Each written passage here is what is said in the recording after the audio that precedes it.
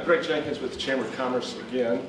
Look, you know, one of the things I like about MP&W is they're always willing to help their customer. Invariably, when you reach out to them, when they can give you a hand, they will. And that's what customer service is about. And you can find different degrees of that throughout our community and throughout the world. But when I call this organization or with this organization, I know what I can expect. And whether or not they get it fixed on the spot or not, maybe not always. Some things can't happen that way. But what I know is that they're committed to making that fix happen. And this space is indicative of that. Lo, the many years we came in here and didn't think anything of this space that's such as it was, and now that it's beautiful, and it's really intended, I believe, to make customer service even greater. So with that, we're very grateful for the effort and dollars that were spent to make this happen, and always grateful to have expansion in our community and growth. And I don't really know who's supposed to go next week. Is that you, Gage? The new boss? Well, thank you very much for coming.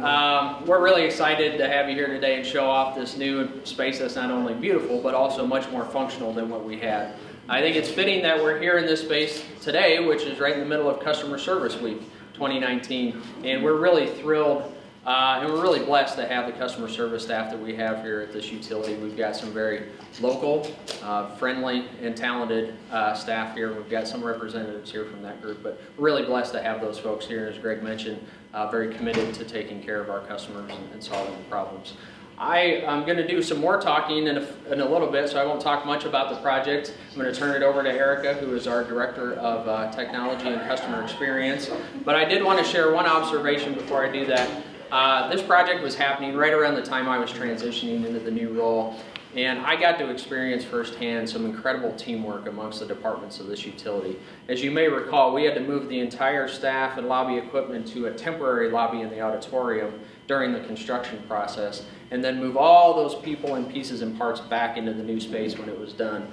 And we did it all with zero customer impact. And to see the teamwork and the collaboration that went into making that happen so seamlessly was truly impressive, and that was something that I was just thrilled to see. So I wanted to share that, and then I'll turn it over to Erica. Thank you.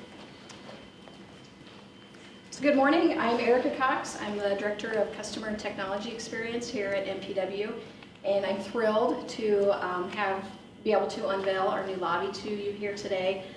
Some of our primary objectives when we were redesigning the space was, one, to stay within our existing footprint to keep the costs down.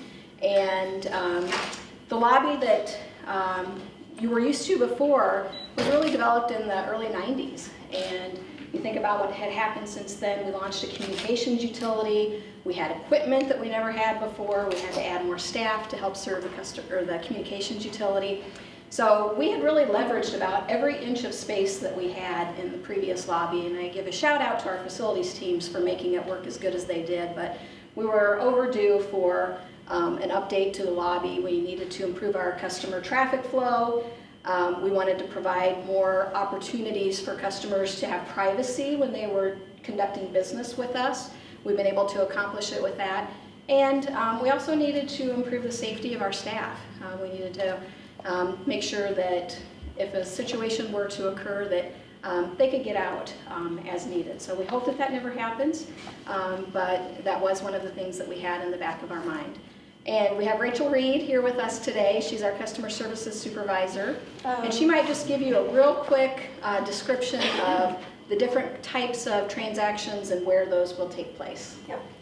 Welcome everybody. Glad you could join us this morning and check out our new space here. Some of the great differences that we have with the new design is that when you walk in, the receptionist is a little easier to pinpoint who you're needing to check in with. Before, there were a few different desks and people kind of look around to see where they should go. So we think it's very clear where you need to go here. For payments, the customers can quickly and easily get right over to our cashiers without having to walk all the way through the lobby. They used to previously be back a little hidden. So it's easy to get to the cashiers. And then, like Erica was saying, if you have maybe some confidential business to handle or you need just a little bit of privacy, now there's areas where you can sit down, have a little bit of wall space to give you that privacy. It also kind of helps that if we have representatives who are maybe working on special projects or paperwork, they need to be isolated, they can kind of be out of vision so a customer doesn't walk in and kind of see, multiple people that, why aren't they waiting on me? But they're really working on something that might be time sensitive. So the drive-up window moved forward. It kind of makes it a little bit easier with traffic out front. So yeah, we've had a lot of great changes. Have a call center in the back area where they just strictly stick to phones and taking those calls. But you can sign up for new service here, make written agreement, payment plans with us. So the flow has worked out well. And then we have a nice isolated area for customers or visitors to wait if they're waiting for somebody else in the utility to come and get them. And then my office is kind of hidden back in the corner over there, but I have a view to the whole lobby where I can kind of see what's going on all day long and still be part of the daily activities. Very nice. Mayor, did you have? I couldn't add to any of that, but this is my first time to be inside. I've driven through a couple times, and certainly while they were doing the remodeling, but I think it's beautiful. I think it is so much more customer friendly, and I've talked to a few different individuals who have been in and have just loved it. So I think it's going to do really well to serve the customers, which is what we're all about. Nice job, you guys. This is what I asked, and we should go over one rough shot over me, so I don't try to leave this, so it'll get done right the first time. So tell us what you want us to do. We'll have Gage. All right. They actually cut. We can have folks come in. We'd like this to be the backdrop of the picture.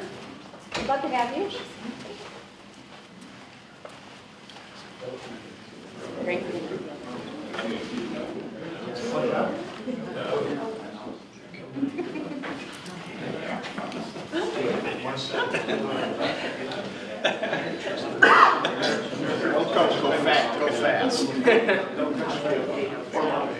Go fast and make sure you're in the truck at all. So we don't do anything, just tell us. Yeah, right. Yeah. When you Everybody's like me. I think there's room. There's room behind you. come on in, Megan.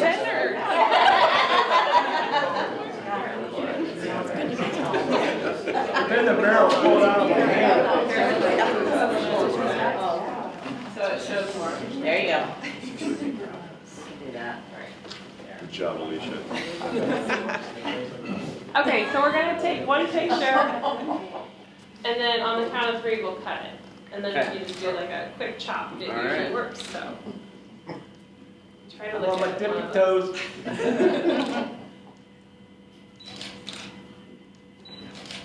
You good, Mitch? Yep. All right, on the count of 3. 1, 2, 3.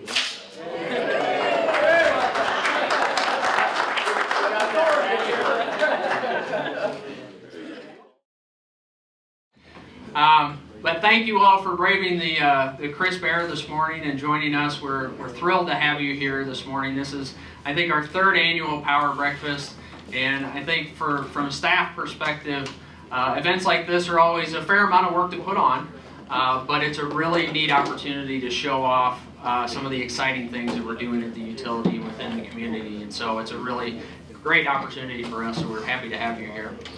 So for those of you that haven't had the opportunity to work with me in the past, my name is Gage Houston. I've been the new general manager here at the utility since April of this year, so 6 months has flown by already. I've been with the utility for 16 years in total, and prior to moving into this role, I was a part of the senior leadership team for about 8 years, and so I've had the opportunity to get to know many of you in this room and got to work with you. So I am a member of the Muscatine community. My wife Sarah and our daughters Stella and Sloan live right here in the community, and many of you may have worked directly with my wife Sarah. She's been an active member of many nonprofit organizations in the community. So we've just really enjoyed our time in Muscatine over the last 16 years, and thrilled to have this opportunity here. This is a really exciting time to be a part of this organization. We have, as you'll hear this morning, several big projects, historic level projects going on. We just saw the lobby remodel. We've got several other projects throughout the community that are going on that make this a really busy time, a really stressful time occasionally, but a really exciting time to be a part of this organization. And I'm just truly thrilled to have the opportunity to serve in this role. We've got a really great history at Muscatine Power and Water, built on a foundation of some great leaders in the past, and we're fortunate enough to have a couple of those former general managers here. Sal Obianco, who was the general manager for 10 years here at MPW, and Jay Logal for many years before that. And so part of my goal really is to just honor that tradition and maintain that strong reputation that we have. But on top of that, continue to build. We didn't get here by standing still, so continuing to build on that reputation with some great things that we have going forward. And on top of that, we have a great team, and you'll get to meet some of the members of the senior leadership team today that I think you'll be impressed with, and I certainly am thrilled to have the opportunity to work with. So, a quick agenda. As I mentioned, we'll have other members of the senior leadership team come up, similar format to what we've done in the past, and provide some updates in their areas of the utility.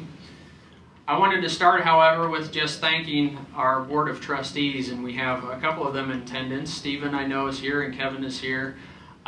These are your representatives for this utility, and as you can see, the benefit of having a municipal utility is these are local members of the community. These are not out-of-state executives with fancy resumes and names you've never heard of.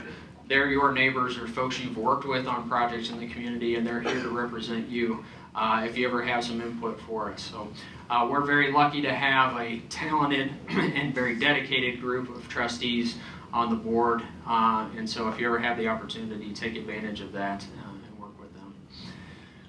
I mentioned the senior leadership team, so there's a few different pictures on this slide from what there was last year. We have some new members. With the change in the general manager role, it obviously opened up some opportunities for some other changes. And when we did move some new members onto the team, we also took the opportunity to evaluate our organization structure, and we did make some changes. We shuffled some things around. You'll hear in the updates today that Erica Cox is our Customer and Technology Experience Director, is now leading our communications utility and leading one of the most integral parts of that right now is the Fiber to the Home project, and you'll hear a good update on that project in a little bit. Brandy Olson, who many of you know and have worked with, has taken back over our HR role in the utility. She had that for a period of time and now is taking that on indefinitely. And then our two new operations directors, Ryan and Doug, who are longtime members of this utility. Ryan's been at the utility for over 20 years, Doug for over 30 years, now moving into these leadership roles and are going to bring some really good experience, but also some good strategic thinking, good continuous improvement type mindset to their roles, and we've shuffled a little bit of the operations duties around with that group while we had the opportunity as well. Like I said, an excellent team that we have here.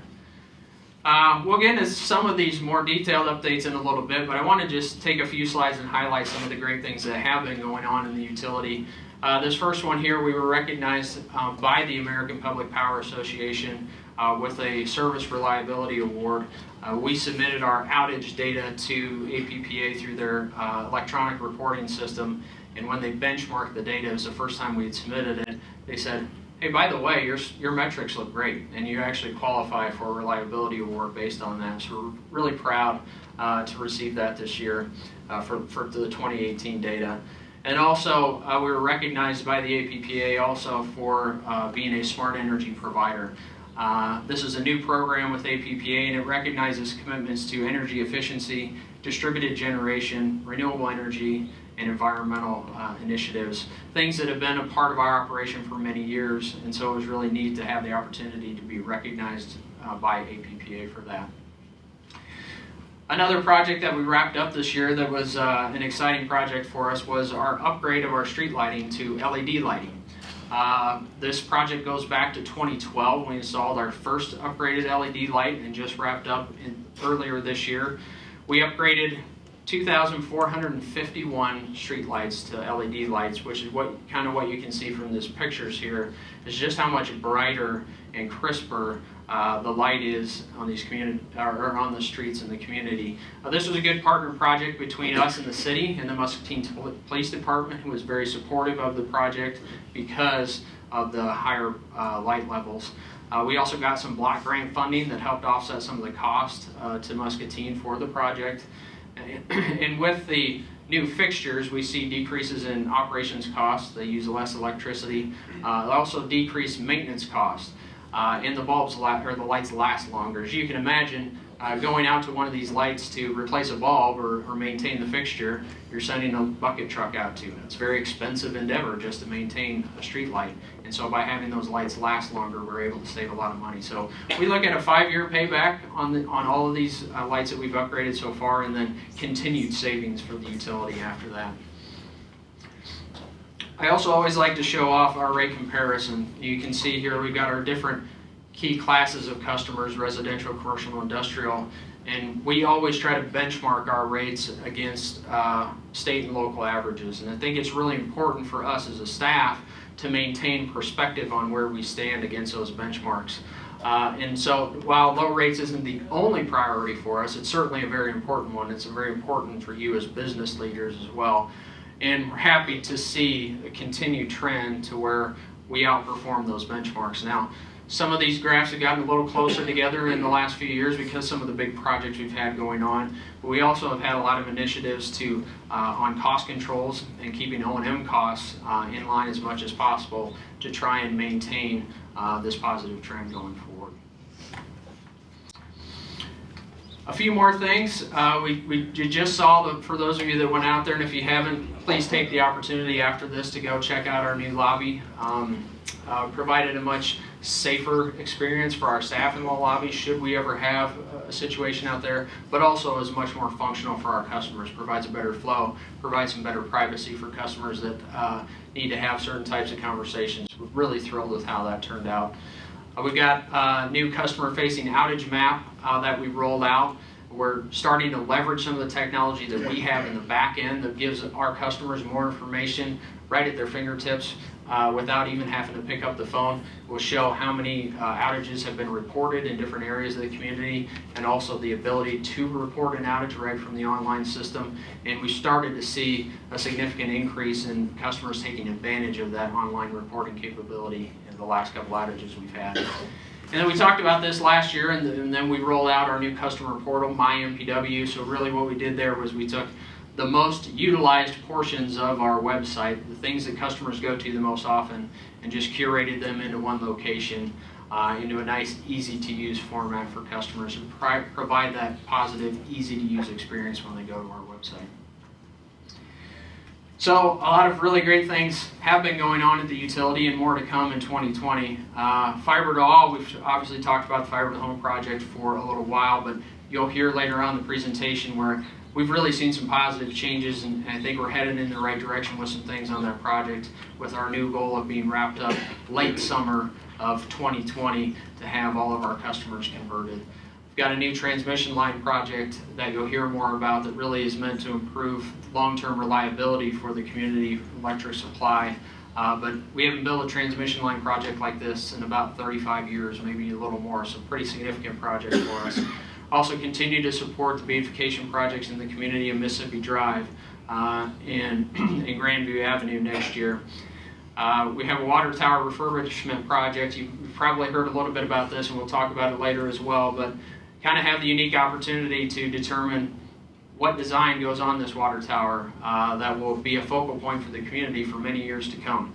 So not something you get to take on very often. We're excited for that opportunity, as well as continued system improvements throughout the community. So I wanted to just leave my portion with what to expect from me as a leader of this organization going forward, and from us as a senior leadership team. This is our mission statement here in some fancy text, but it's really about the dedication to customer service. So we really are neighbors serving neighbors. It's a great thing about being a municipal utility. It's your friends and neighbors that are here working on your behalf to provide a good experience for you as customers. And building a standard of excellence in all that we do. We've talked a lot about this over the last several months. If you can build that excellence in every part of your process and everything you do, that all adds up to a really excellent organization.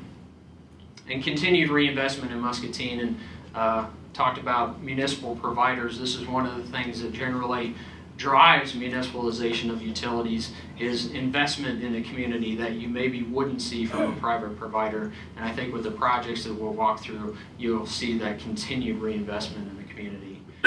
And we're really proud of this utility. You talk to our employees, we're proud to be a part of this organization. We're proud of the role that we play in this community, and we're proud of the work that we do. And we want you to be proud of that as well. We want you to view this utility with a sense of pride in the role that we play in Muscatine as well.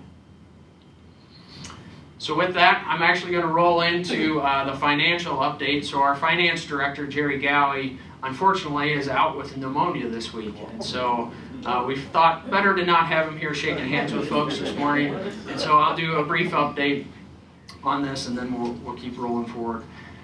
So we won't be doing a detailed financial update, profit and loss, balance sheet stuff, but we're going to talk about a couple of key things. One of them is the energy adjustment clause. So some of you may have heard that we put a pause on the energy adjustment clause in August of this year. So the idea behind the energy adjustment clause is that it's to protect utility rates from things that are kind of outside of the utility's control. So wholesale market conditions or fuel price conditions, unexpected outages in power supply. The energy adjustment clause can kick in and make sure that rates are stabilized and you don't have to go do an emergency rate adjustment or something like that. What we saw, however, we evaluate rates and the EAC on a continuous basis, and we were feeling like even though the EAC was kicking in, we felt that we were in a pretty good position from a financial standpoint. We felt we were comfortable putting a pause on that EAC and give a little bit of rate relief for the time being. So we paused that indefinitely. I think it'll be a positive thing for you as ratepayers, but we'll continue to evaluate that on a go-forward basis.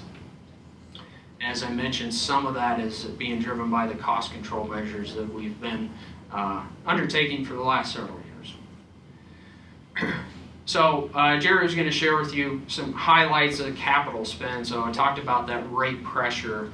A lot of that is being driven by the large projects we have going on. We've invested over $20 million in the last 3 years. This is the electric utility on some major upgrades to the system. We had a ribbon cutting on our network operations center in the backside of the building earlier this year. And continued investment, one of them being that new transmission line, which is about a $12 million project, and other upgrades throughout town, another $36 million in capital investment on the electric side. On the water side, same story. We've got major projects that have been wrapping up. We did a well field expansion over the last few years. We had to secure new land, build some new wells, some new piping, and we also had to expand one of our water treatment facilities to handle that new capacity. We have West Hill sewer separation projects that continue throughout the community, and then Mississippi Drive water projects. Also, any of those kind of projects impact our water infrastructure typically as well. And then a continued investment of $5.2 million over the next 3 years. More sewer separation stuff, Grandview, Avenue Corridor projects. We also have some projects on the water supply side. I mentioned the water tower upgrade. We're looking at an upgrade to our West Hill pumping station, and then routine valve and meter replacements throughout town. So continued significant investment. On the communication side, our biggest significant investment, as you all know, is a fiber to the home project. It's going to be around a $19 million project all told, but really is about making an investment in the community that a community like Muscatine likely wouldn't have seen from a private provider. It will set up not only our residents, but our business customers will have the infrastructure that will really take us on in the future indefinitely with the capability of that fiber infrastructure. So with that, I'm going to turn it over to Ryan Streck, who's the Director of Utility Service Delivery, and give some updates on some of the projects that you're likely to see throughout the community. And then I will be back for Q&A at the end if you do have any questions. We'll take those later. So thank you very much.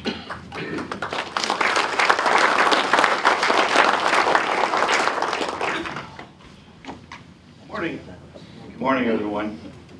I'm Ryan Strack, and like Age said, I've been with the utility over 20 years and in this position about 4 months. So I'm learning a lot of new things and looking forward to sharing them with you this morning. I'm not used to juggling this many devices and keeping track of my notes, so we'll see how this goes. First off, if you're not familiar with the electric utility, for a small city, we do a lot. We've got 11,000 customers, almost 300 miles of electric line, and we have a robust generating plant capable of almost 300 megawatts total. So we can not only supply the needs of the city, but also sell that excess into the wholesale market, use that to lower our rates. Also, I'm really proud of this.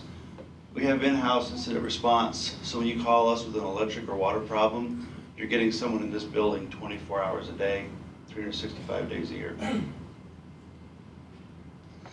This is a reliability index called SAIDI, and it stands for the System Average Interruption Duration Index.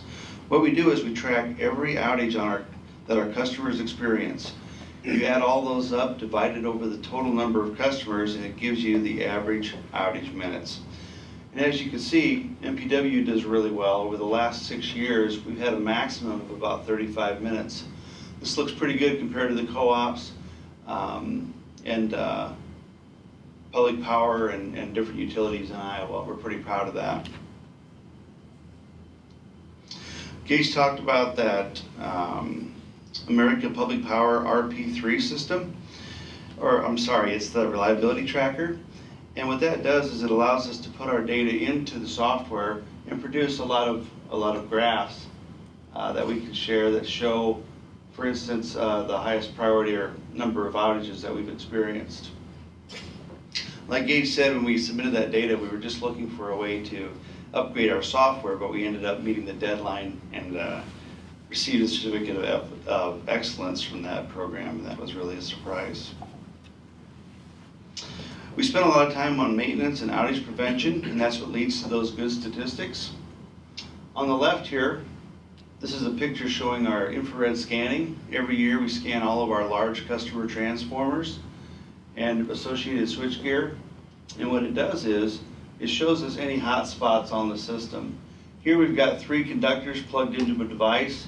We can see the center one is twice as hot as everything else around there.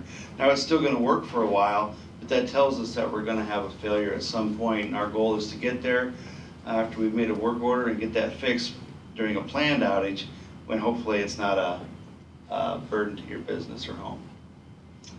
The next thing is our pole replacement program. We budget about $35,000 a year to have our poles inspected. Contractor comes in, digs down, inspects the pole by boring it, and then if we need to, we treat that pole. If we can't treat it because it's a reject, it's just too bad, we go ahead and replace that before we have any problems. And this just shows our crew, after your pole's done, they need to reconnect all those conductors. On the right is a graph showing our declining squirrel outages. Squirrels cause a lot of outages on the system, and what we've done over the last 20 years is start an animal protection program.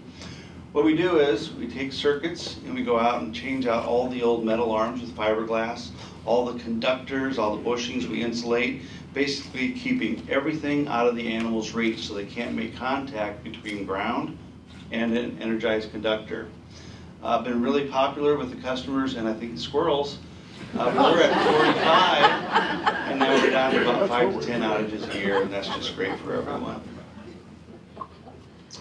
On Muscatine beautification, like Gage mentioned, we've made several investments recently.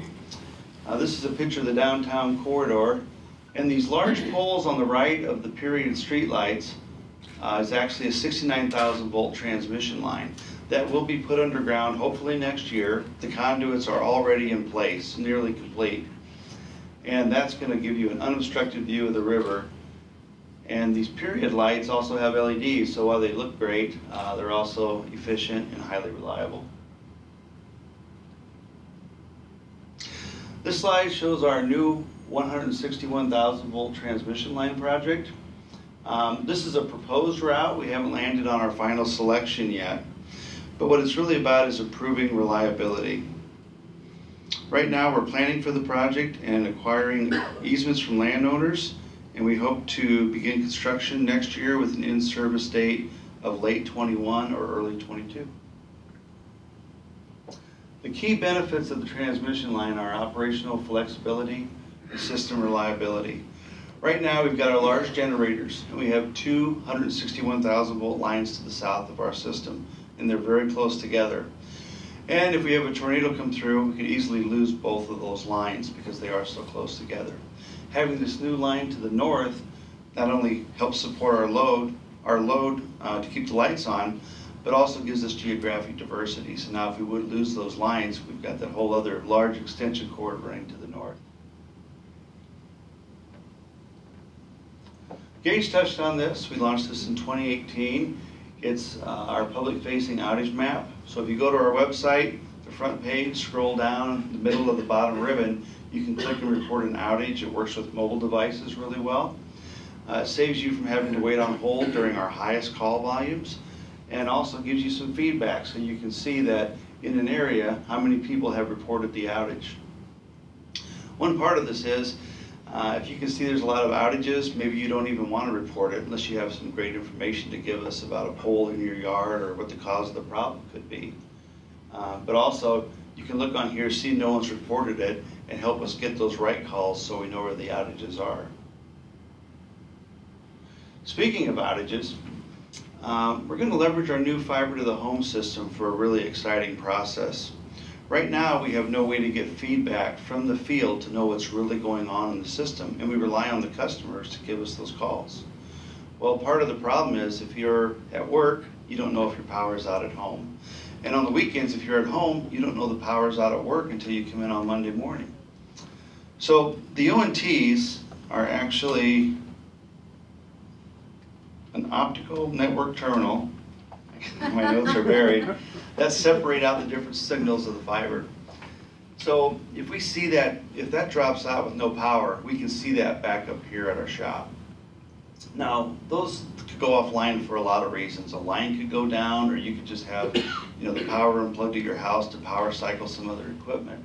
But if we see a breaker operation and the lights dim, and we see a bunch of these pop up, we're going to guess there's a power outage because of the coincidence of it. So it's truly another tool in the toolbox, which will allow us to roll crews and get the power back on faster if you're a fiber to the home customer. Moving on to the water utility, we have 156 miles of water main, and we pump 28 million gallons a day. We have the capacity to produce 40 million gallons a day. And this is a picture of our newly renovated round tanks at West Hill Reservoir, and they store 1.5 million gallons each for a total storage of 8.5 million gallons of water. This is a surprising amount of water for a town of this size, and it's actually half of what Des Moines uses on a daily basis this time of year. And that's due to our industry demand. And also that water main, 156 miles, would coincidentally stretch from here to Des Moines.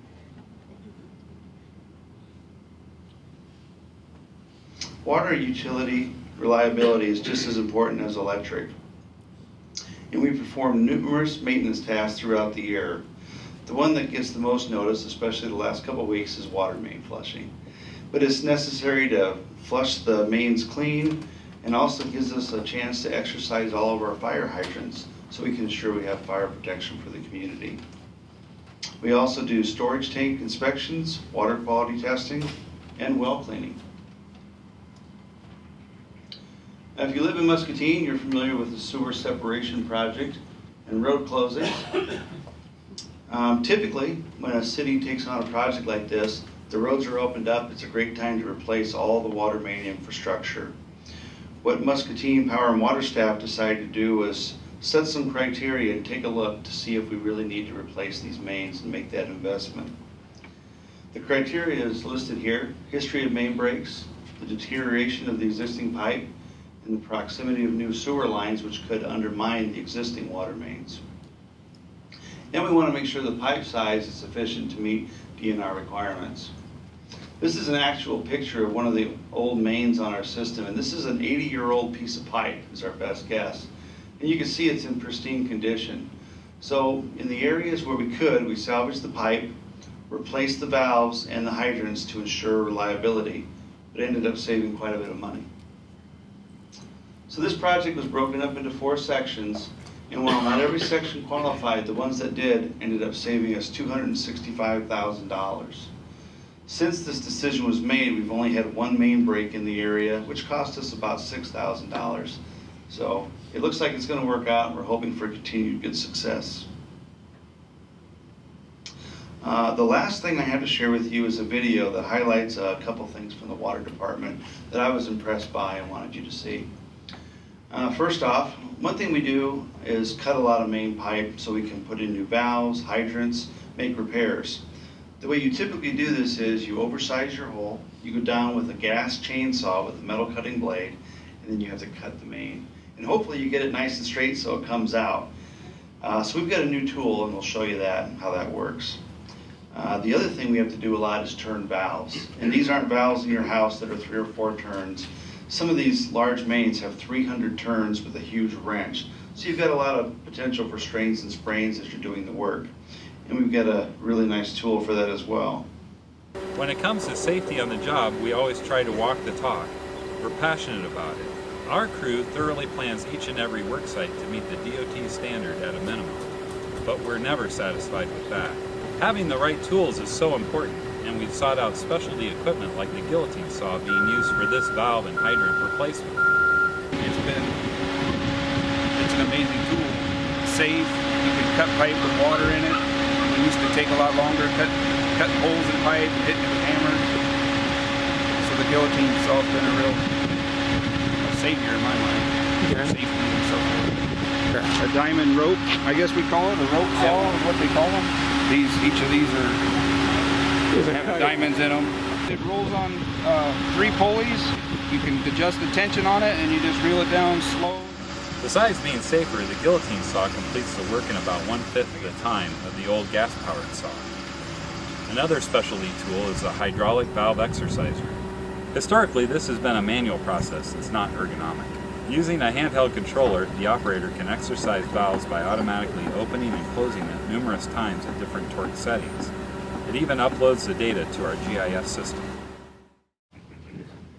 Clicker. Here we go. So I'm Doug White. I'm the Director of Power Production and Supply. Been in this job for about 4 months now, so I'm still trying to get my feet on the ground. But I have been with the utility for 30 years. Spent most of my career down at the generation site. Several different jobs down there, but my last one was the maintenance supervisor, in charge of maintenance. So this is a follow-up to last year. We actually had just kicked off the turbine overhaul for Unit 9, which is our largest unit. A turbine overhaul is a open, clean, and close is what we call it. Open it up, you clean it, you do the inspection and NDE, and close it up. But for this one, we did something a little bit different. We had General Electric come in and perform a steam path audit. They go through and they look at performance-related issues and structural issues of the turbine, and then give us a report card. Well, we ended up, the results of that said we needed to replace 3 rows of turbine blades. So the rotor, rotating element, is about 70,000 pounds. We left the building for the first time in 35 years and took a trip to Dallas, Texas. So that was a little bit of, I don't even think I'd call it scope creep. That's just scope change. So that was about $1 million to send that down and get those blades put in. We got it put back together after it came back, and you can see we picked up 10 net megawatts on that unit. So successful. That'll also get us to another 8-year cycle for the turbine overhaul. That is our normal cycle. So we would have had a shortened duration or a shortened cycle to do the work anyway. So it was prudent to do that at this time. We've got our biggest project for this year is our landfill cover project. Not too exciting. In the overview of it, we're covering up the phase 1 of the landfill, phase 1 of 4. But the really cool part of this is that the landfill was originally designed to be full in 35 years. And we actually made it 35 years with the first cell. So the reason that we were able to do that was the beneficial use of a lot of the byproducts at the generation station. We have gypsum. We make synthetic gypsum that's been put in drywall, used for soil amendment. We also use the bottom ash for in kilns, grit on top of shingles, also for grit blasting media, and the fly ash is used in concrete. So we've actually extended that cell's life from 5 to 30 years, or 35 years. We're on to phase 2 now, and thanks to Sal and Jay. These aren't things that we initiated. This is just the history of environmental stewardship on this landfill. It's a good job. In the production, this is a pie chart of what's making the energy in the city. We have as usual, the Unit 9's making up about 75% of it, with support from 7 and 8. But the really cool piece is a green slice of pie right there from our South Fork Wind Farm, and that's renewable energy. And if you'd like a slice of that pie, we have a program that was kicked off last year called the We Offset. We Offset offsets carbon produced by using fossil fuels to make energy. So what this, how the program works is the EPA set up this renewable energy certificate program. So where we have to make a megawatt of energy to get a certificate. We don't just get them off of the nameplate of the wind farm. We actually have to make them. So we can make them and then sell them to you, these energy credits. And that'll give you the peace of mind that you're actually buying green energy. And for our residential customers, that's 1 cent a kilowatt, and we can set that up on your bill for a 25, 50, or 100% option. We've always been happy with MP&W, but we were really happy when we saw this We Offset program. Professionally, I work with children and down to like those who have just been born. So if I really care about those children, then I'm going to do something right now. We try to reduce the amount of energy we use and we recycle and we do some other things as well, but this gave me something that we could do right now. We saw that we could choose 25% or 50% or 100%, and we knew right away we wanted to do 100%. I just got my bill and it was $6 was what I paid, and I had read that on average it's 8 something for the average household per month, and I thought if I can't afford that, then I can't really afford to be using all the energy that I'm using. And so we didn't even look at the amounts, we just went straight for 100%. We need something else that we can afford that won't require us to take out a loan or to have money up front for it. So We Offset just absolutely was exactly what we were looking for. So since it was rolled out last year at the same breakfast, we have 62 residents, about 250,000 kilowatts have been offset, and our industrial customers at up to 23 million kilowatt hours have been offset. So if you've got corporate or personal sustainability goals, I'd encourage you to get a hold of Paul Burbeck. He's our energy service advisor. He can get you set up. Just in the big picture, those numbers, it's 23 million, 500,000. So of that generation site, it can produce about 50 million. So about half of them have been spent, or we're getting rid of or selling half of them at this time. So if you're interested, get a hold of Paul Burbeck. And I have the shortest presentation, which is the best part.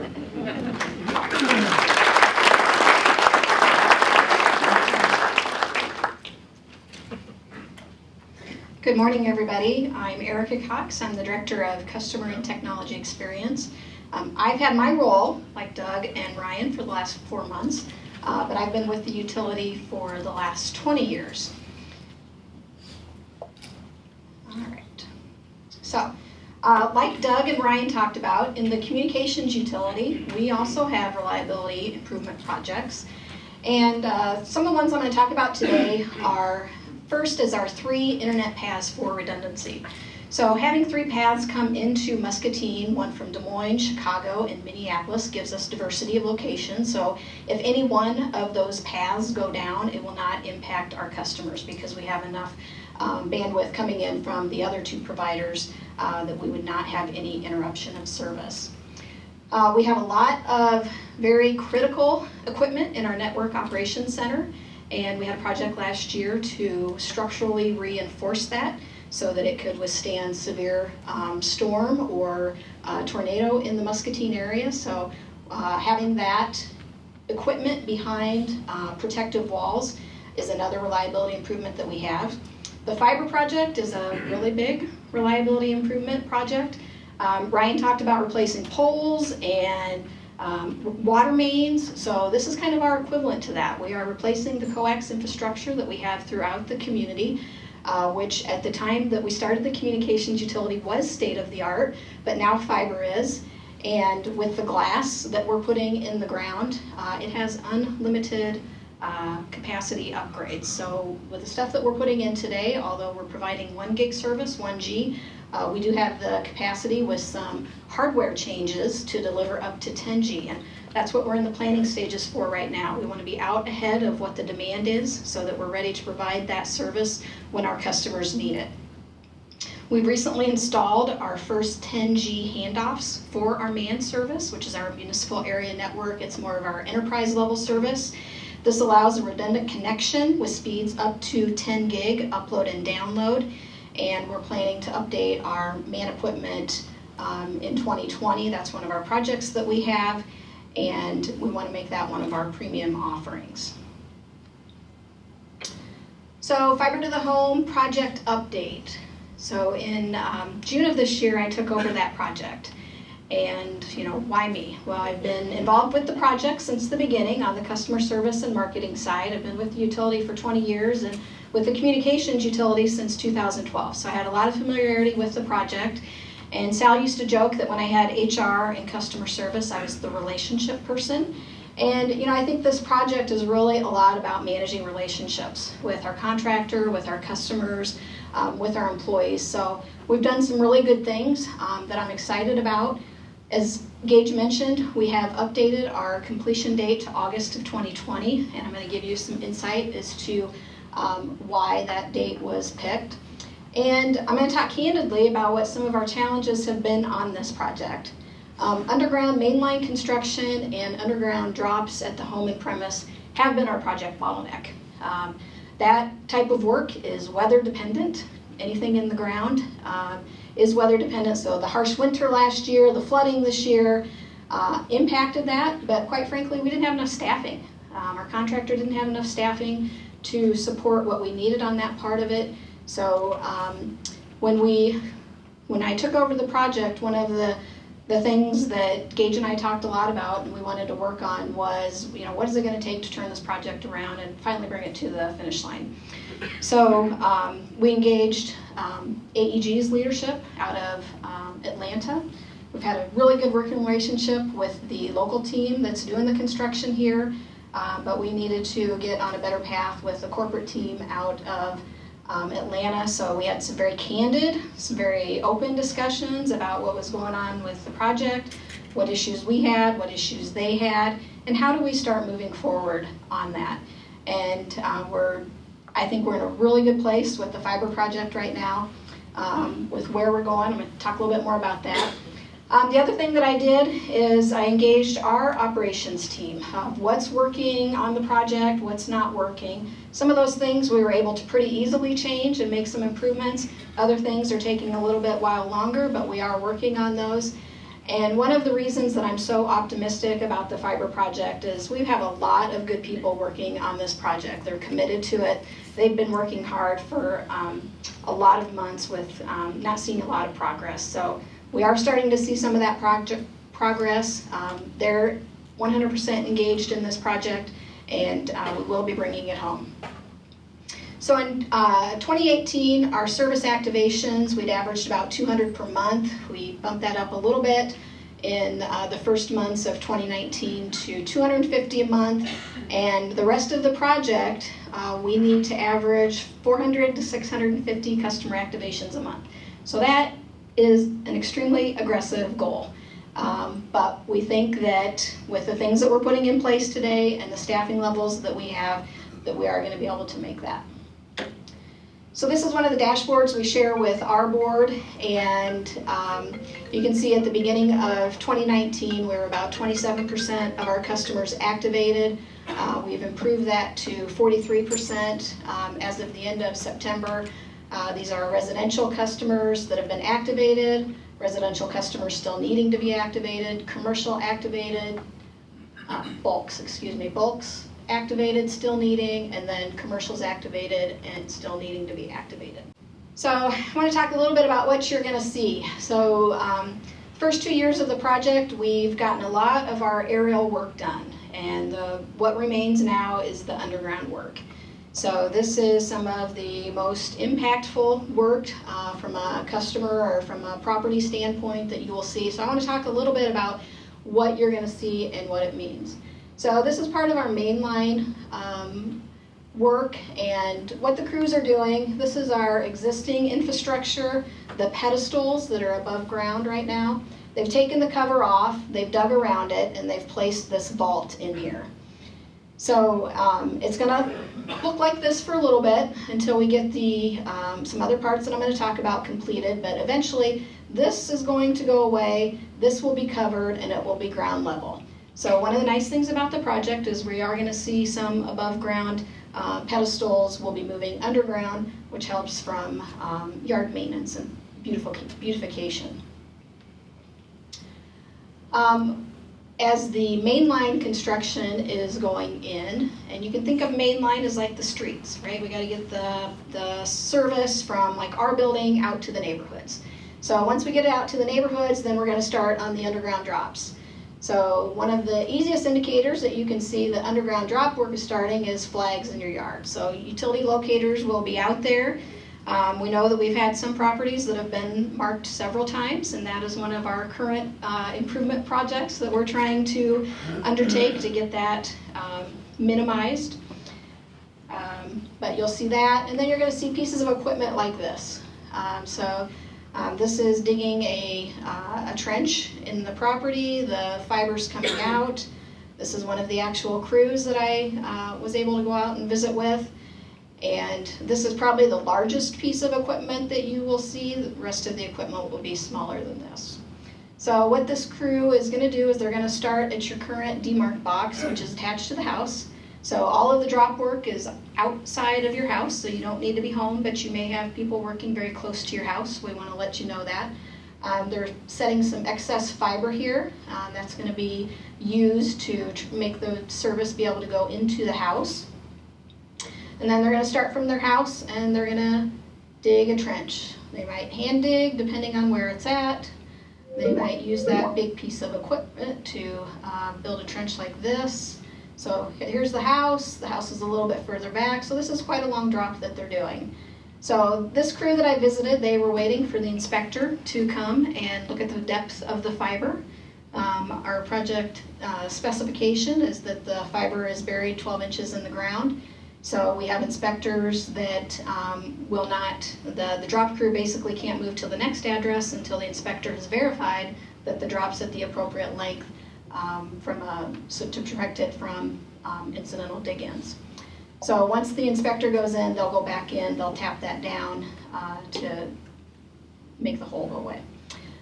So that drop now is coming back. You can see here's the drop and it's coming back to that vault. So in this vault, we're going to have several services where the fiber will be spliced, and we'll provide that. You can see this little piece of equipment right here, which I'm going to show you in another page.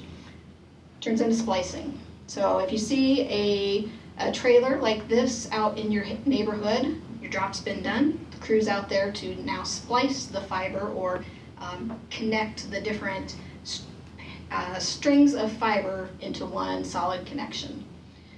So this gentleman is working in a tent. He has a table and a piece of equipment, and you can see here we've got the drop coming into another one of these vaults. So this vault is going to have services for several houses in this neighborhood. And here is you can see some of the fiber that he's working with. He has a special machine that is going to do a fusion splice.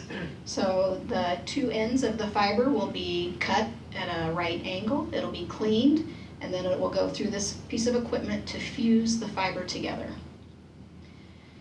After that's completed, and while that work is in process, we have another person who's going to be at your demarc box.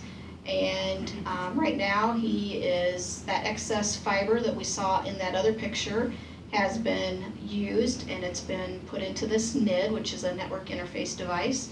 Now he is testing the fiber, and he's looking for light. Light means that the fiber is fully connected and services are able to be provisioned. So this is what the demarc box will look like when they're done with the testing. This is the old coax equipment. This has to be taken out of the coax box to make room for the fiber. And after the install is completed, these lines will be cleaned up a bit. So here are some demarcs after the fiber installation. So you can see the fiber coming in, it wraps around, it's inside this protected network interface device. And then here's another picture of a home with some of the old coax hanging out. So we will work with the homeowners. Each property is different, whether they intend to use that coax in the future or not. And as much as possible, we will clean that up at the time of install. So just a reminder, some of the key benefits for the fiber to the home project: higher reliability. We have less field equipment out there to maintain, fewer failure points. We have lower operating and maintenance costs. As I mentioned, fiber state-of-the-art with unlimited capacity. We have new upgraded video service. And one of the plugs that I want to make for our video service is the amount of local content that we have on there. So we are able to, with Discover Muscatine's help, we're streaming the Muskie football games. So if the weather's bad, we always want you to go to the game if you can, but if the weather's bad, you can stay home and watch the Muskies from the comfort of your home. We have a local video on demand where you can see those past football and basketball games. We have graduation out there. We have community parades out there. We have Power Breakfast. If you want to go back and look at previous Power Breakfast, you can view that all on our fiber video service. And then we're also offering phone service. We are installing business phone right now up to 8 lines. We are testing enterprise phone service at MP&W. Once we feel satisfied that it's rock solid, then we'll make enterprise phone service available to our larger businesses in town. To help customers with the transition, if they're getting close to their fiber appointment or they've already had it and they have questions, we have Fiber Fun Nights where we open up the auditorium to the public. Our next Fiber Fun Night is October 17th from 4 to 5:30. Everybody's welcome to come in. We have a lot of people that bring their phones and their tablets, and our help desk staff will download apps and get them all hooked up. So they leave loving it. We mentioned the My MP&W portal. We did launch that in the first quarter of this year. I like to think of this as Generation 1. So we're putting it out there, and one of our projects for 2020 is to update our entire website. So as we update that, we're continuing to think about the customer experience, how they interact with us. So I would anticipate when we launch the new website next year, this will be even better than what it is today. So here is where we need your help. Gage alluded to this. We are in a contest. It's a state contest where communities put together a video about why water is important to them. And Muscatine has a huge history of water, and we put a video together. We made the call out, we need your help, and we had the Chamber and the CVB and City of Muscatine all raise their hands and say, let us help, and we appreciate that. It's this race out of 24 communities, it's down to 3 of us really. Colfax, I don't know what's going on in Colfax, but they got 2,000 votes overnight. So we need votes. We're at about 4,600, and then Arnold's Park, which is Lake Okoboji, is at 4,400. So we have some brochures. Vote for this video. Please take it back to your work, take it back to school, encourage people to vote for us. If we win, we will get a custom designed water tower wrap and valued at up to $30,000. So if we win this contest and the state pays for a wrap, that just saves our customer owners. The water tower is already planned to be repainted. If you've seen a close-up picture of it that was in one of the newspapers, you can see why we need to repaint it. But we would love to put a new graphic up there that shows Muscatine in a positive light and gives people who drive past the water tower on the bypass something to remember about Muscatine. So, and the other fun fact is Mr. Palmer designed our current logo, Pearl of the Mississippi, and his daughter Laura Palmer is the artist who has already been picked to design the new water tower wrap. So we think it would be super cool to collaborate with the daughter of the person who did the first one. So this is how you can vote. You can, if you go to mpw.org/vote now, it will take you to a page like this. If you're not already logged into Facebook, it will ask you to log into Facebook. You click on vote. It'll ask for your first name, last name, and your email address. It's super easy, but we just need a lot more votes. And I'd like to share with you the video that was put together. This is Muscatine. Nowhere else is water so central to a community's identity, history, and daily life. It's the source and sustenance of life, cleansing, fun, refreshing. We're surrounded by water. In fact, they call this part of the state Muscatine Island. And we're sitting on top of 100 billion gallons of water every day. And we've got dozens of one-of-a-kind water features. We grow food with it. We are in awe of it. And we put fires out with it. We relax on it. We make power within steam. We use it to make products used all over the world. We teach with it. And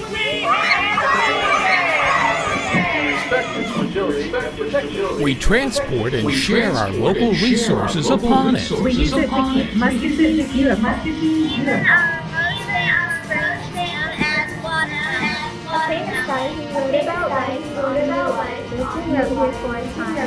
Mussels that grew in our waters spawned in and people worldwide fastened their clothes with pearl buttons when They call it the mighty Mississippi. Sometimes it gets a little carried away. Did I mention we were in awe of it? Every day, we pump it. we store it. And we deliver 29 million gallons of it to homes and businesses every day. We think it's the best tasting water anywhere. Because the secret ingredient Is pride. Immerse yourself in Muscatine. We're offering you these drinks.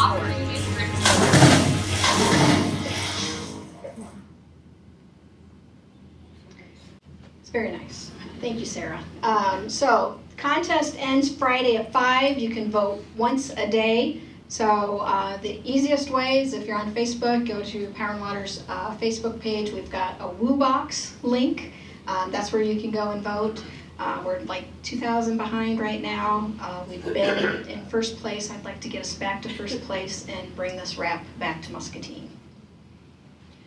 So speaking of Facebook, if you haven't, Facebook continues to be an incredibly fast way for us to get information out to our customers, outages, road closures, flushing, where we're going to be doing hydrant flushing. So like us on Facebook. If you're a Twitter follower, our posts go out to Twitter as well. And I thank you for your time. Brandy's up next.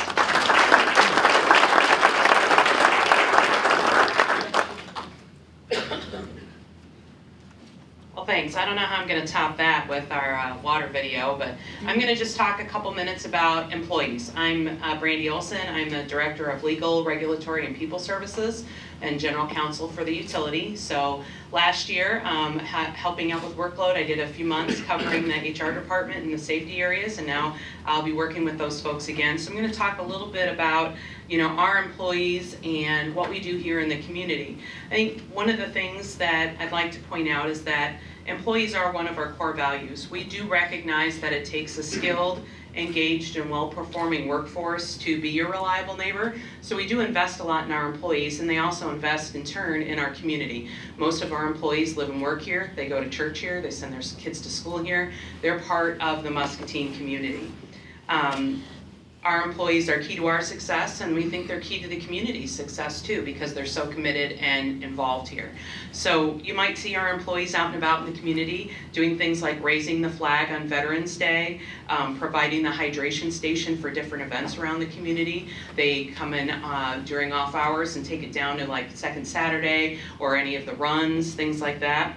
We give bucket truck rides at our customer appreciation event, the community block party, and public safety events. We've hosted a 5K run walk. The last couple years that's been revitalized and expanded.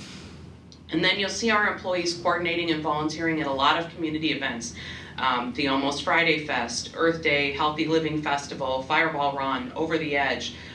They're all over the place, and they may not always wear their name badge, but they're there behind the scenes making sure that things happen. We also spend a lot of time in our community and in community involvement. Our employees are invested in the betterment of the community, and they support the community with their work at work and in their play outside of work. We cross-train with the fire department so that both groups are better prepared should there be an emergency. We provide space for the police department's firing range so that they can keep their skills up to date and be prepared in case of emergencies throughout the community.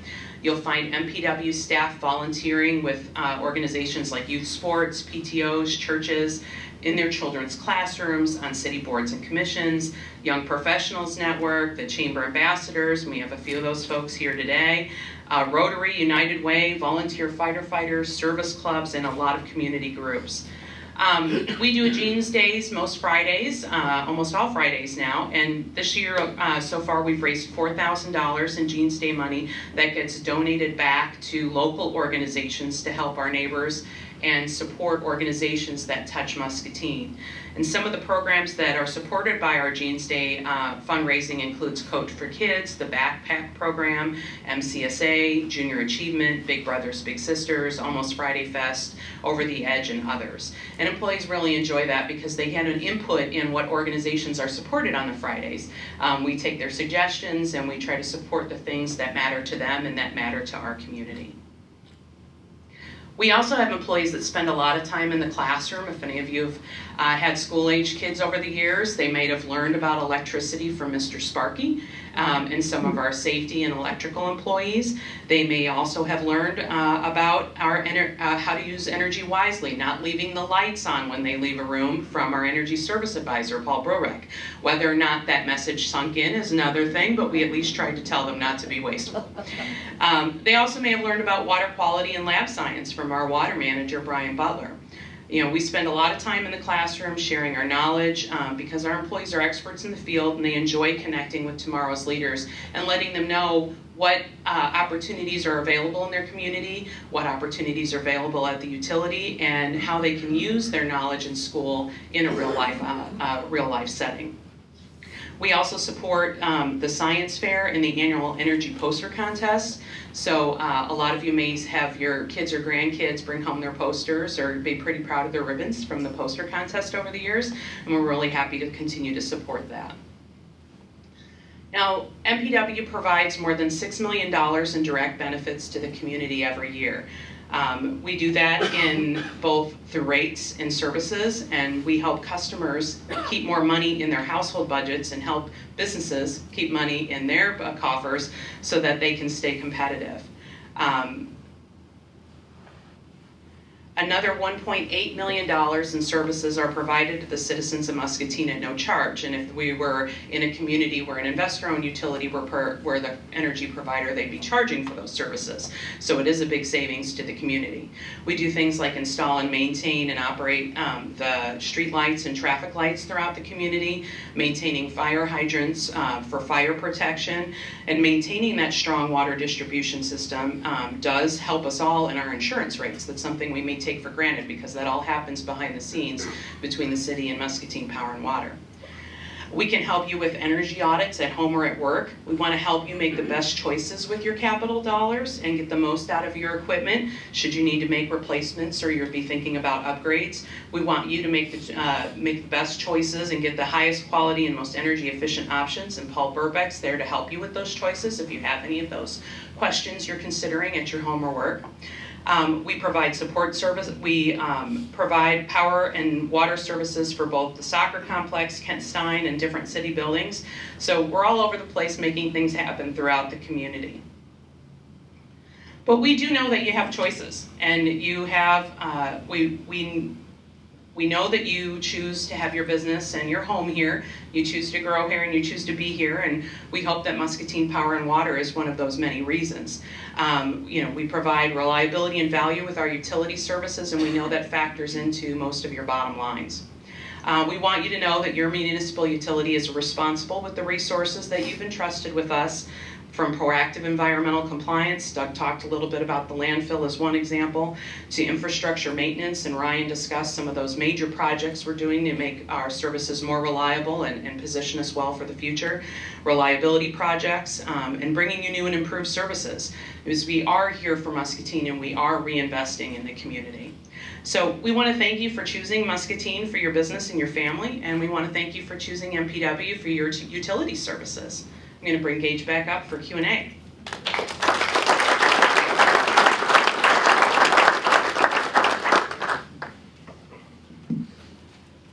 All right, well hold on. How's that, better? Well, that is the end of our prepared remarks for today, so want to thank you very much for your time. Hopefully, as you can see, even with the major transition with Sal's retirement, I think you can see that we've really tried to keep the gas pedal on the floor and continue moving forward with the many projects, historic level projects in a lot of these cases that we have going on throughout the community.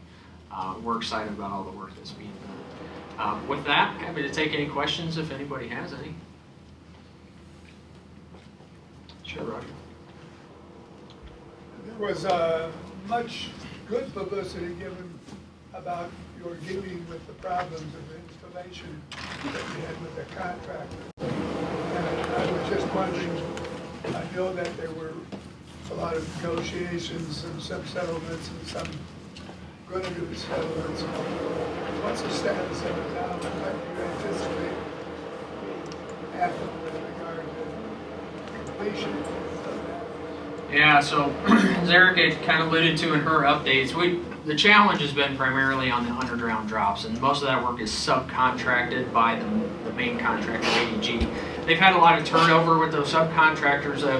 Underground crews come into town, they'll work for a week or two, they won't feel like they're making much money, and then they'll leave town. And so that turnover causes, you can imagine, a myriad of problems as you're working in different neighborhoods in the community, have crews going in and out, and I think probably many of you or your neighbors have experienced that. So what we did was try to negotiate with AEG and say, okay, is there something we need to do with the rates for some of those specific work units for the underground work, and then what can we do to bring stability to the crews that are coming? And so we did negotiate some changes. Some of it was process. The crews would work and they'd go out to the field and they didn't feel like they had the information they needed, and so it was inefficient. And so part of why they felt like they weren't making money on the project was because some of the processes were broken. And so we dug into the processes and really tried to improve that.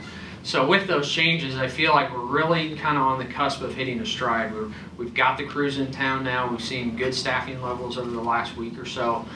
We're seeing improvements in processes. We're seeing turnovers of services and activation. So I feel like we're on the cusp of making some big strides in the coming months. So we will, for the underground work in particular, there still will be a lull in the winter. You know, there's just, you know, a lot of that underground work will have to come to a halt. So we're really scrambling to try and get as much as we can done before the winter weather hits, and then making plans to get those crews back here first thing in the spring when the weather breaks, so that we continue. And we're looking now targeting a late summer completion for all of our customers to be converted. There will be a lot of cleanup work that will go on in the months after that as well. That's our goal now for getting all the customers converted.